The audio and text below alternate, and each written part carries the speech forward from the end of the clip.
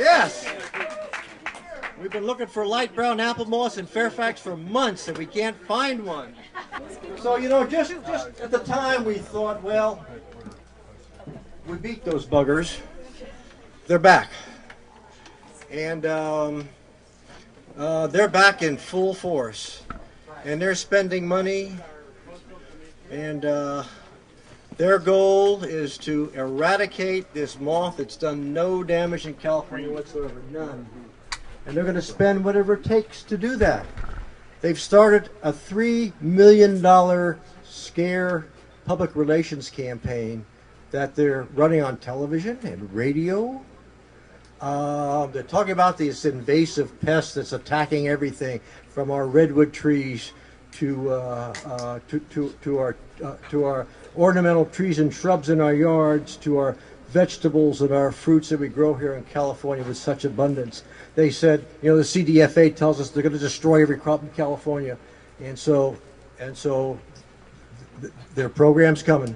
The reason we're doing this today is to raise money, and all the funds go to the Volcker Law Firm in order to challenge these guys in court. We're not going to put up with it. We're not going to stand still for them. Yay. And so they need to know we're on it. So okay, now here's a fireball. You know what? It's so interesting that the CDFA would even think they could intimidate this woman. They're running their ads, and Joanie Greggains, I guess on air on KGO, had some unkind words for those phony ads they're running.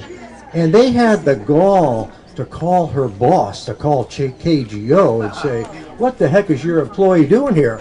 You know, we're buying ads all over the airwaves, and this is how we're being treated.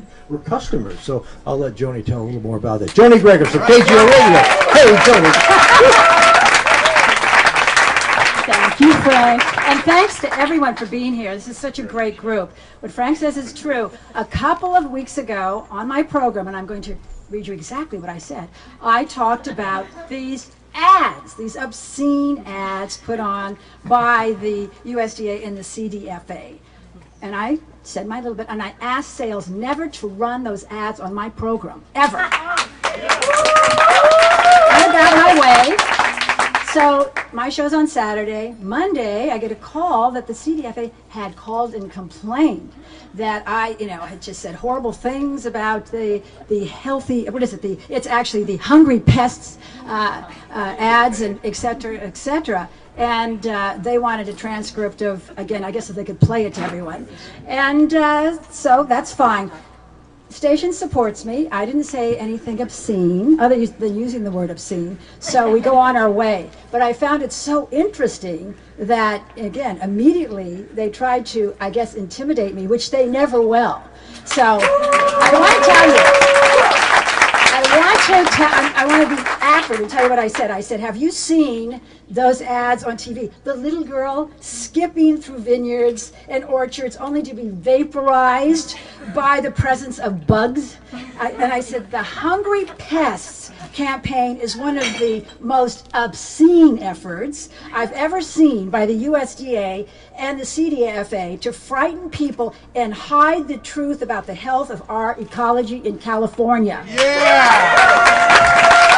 I said, the truth is, that little girl will not be hurt by light brown apple moth or a gypsy moth, a glassy winged sharpshooter. She won't be devoured by ladybugs or butterflies, but she may develop an autoimmune disease, autism, or cancer from walking in orchards and vineyards and parks or forests that the California Department of Food and Agriculture has flooded with endocrine disrupting carcinogenic herbicides and pesticides. With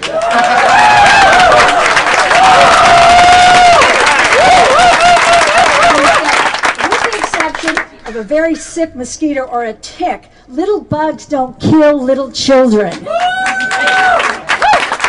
And I said, so I took a look at this and I said, this is so obscene to do this. And not only that, I said the ads were running here on the station with some voices go like this. What about the intelligence of our listening audience? Are we really going to fall for that? And so I was wondering who is on the Healthy Pests Committee. You'll be amazed. These are the ones, of course, in sync with the CDFA, etc. We have the Agricultural Council of California, California Apple Commission, the Citrus Commission, the Dried Plum Board, the Farm Bureau, the Forest Pest Control, California Grape and Tree Foundation, Native Plants, Fruit. I mean, it goes on and on. So we're finding some powerful folk there with this kind of obscene lie.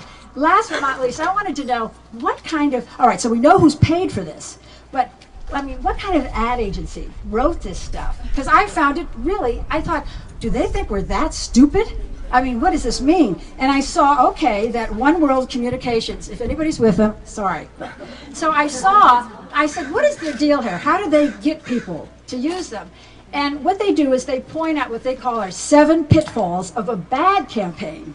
And they say, you know, we will do everything the opposite. Now, listen to this. This is their 7th pitfall of why you should use them. Because they say they don't do ads like this. And that means they never do ads, okay, trying to get the public's attention with silly gimmicks which fail to intelligently engage prospective clients. What? So I have no idea, but it's out there, and you know, I sort of felt good that first of all, that ad will never run on my program, and secondly, at least they're listening, and you know, a lot of people were listening, and they have such feelings about them. Some people actually said, well, I had no idea. I mean, they actually maybe believed it, but a lot of people were very insulted, and now they're double insulted. So the good thing about those ads, I think they're going to turn off more people than turn on. Thank you.